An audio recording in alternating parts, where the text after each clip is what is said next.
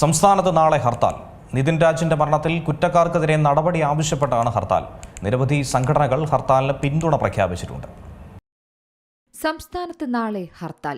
Anjarakandy dental കോളേജിലെ 1ാം വർഷ BDS വിദ്യാർത്ഥിയായിരുന്ന Thiruvananthapuram സ്വദേശി നിതിൻ രാജിന്റെ മരണത്തിൽ കുറ്റക്കാർക്കെതിരെ നടപടി ആവശ്യപ്പെട്ടാണ് ഹർത്താൽ നടത്തുന്നത്.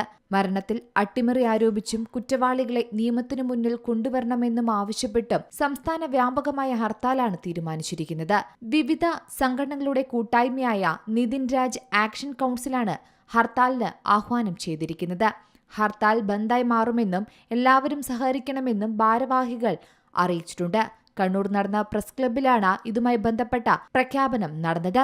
രാവിലെ 6 മുതൽ വൈകുന്നേരം 6 വരെയാണ് സംസ്ഥാനത്ത് ഹർത്താൽ ഉണ്ടാവുക. ഹർത്താൽ ബന്ദായി മാറുന്ന സാഹചര്യമുണ്ടായാൽ KSRTC, സ്വകാര്യ ബസ്സുകൾ എന്നിവ നിരത്തിലിറങ്ങാനും സാധ്യത കുറവായിരിക്കുമെന്നാണ് പറയുന്നത്. ഓട്ടോറിക്ഷകളും ടാക്സികളും സർവീസ് നടത്തില്ലെന്നും വിവിധ യൂണിയനുകൾ അറിയിച്ചിട്ടുണ്ട്. ഇത് ദൂരസ്ഥലങ്ങളിലേക്ക് യാത്ര ചെയ്യേണ്ടവരെയും റെയിൽവേ സ്റ്റേഷൻ, എയർപോർട്ട് എന്നിവിടങ്ങളിലേക്ക് പോകേണ്ടവരെയും സാരമായി ബാധിക്കാനുള്ള സാധ്യത തന്നെയാണ് നിലവിലുള്ളത്.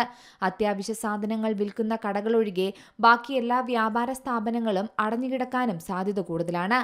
ഹർത്താലിന് ഐക്യദാർഢ്യം പ്രഖ്യാപിച്ച വ്യാപാരി വ്യവസായി ഏകോപന സമിതിയുടെ സഹകരണം കൂടി പ്രതീക്ഷിക്കുന്നുണ്ട്. അങ്ങനെ വന്നാൽ വിപണികളും പൂർണ്ണമായി നിശ്ചലമാകും. ഹോട്ടലുകൾ അടച്ചിടാൻ സാധ്യതയുണ്ട്. അതിനാൽ തന്നെ യാത്രക്കാർക്കും വീട്ടിൽ ഭക്ഷണം പാകം ചെയ്യാൻ സൗകര്യമില്ലാത്തവർക്കും വലിയ ബുദ്ധിമുട്ട്. സർവകലാശാലകൾ നടത്താനിരുന്ന പരീക്ഷകൾ മാറ്റിവെക്കുമോ എന്ന കാര്യത്തിൽ അറിയിപ്പുകൾ ലഭിച്ചിട്ടില്ല. പരീക്ഷാ സീസൺ ആയതിനാൽ തന്നെ വിദ്യാർത്ഥികൾക്കും രക്ഷിതാക്കൾക്കും ഇത് വലിയ ആശങ്ക തന്നെയാണ് നൽകുന്നത്. ബാങ്കുകൾ പ്രവർത്തിക്കാൻ സാധ്യതയുണ്ട്. പക്ഷേ ജീവനക്കാർക്ക് ഓഫീസുകളിൽ എത്താൻ കഴിയാത്ത സാഹചര്യമുണ്ടായേക്കാം. യാത്രാ അസൗകര്യം കാരണം സ്വകാര്യ സ്ഥാപനങ്ങളിലും IT പാർക്കുകളിലും ഹാജർ നില കുറയാനും സാധ്യതയുണ്ട്.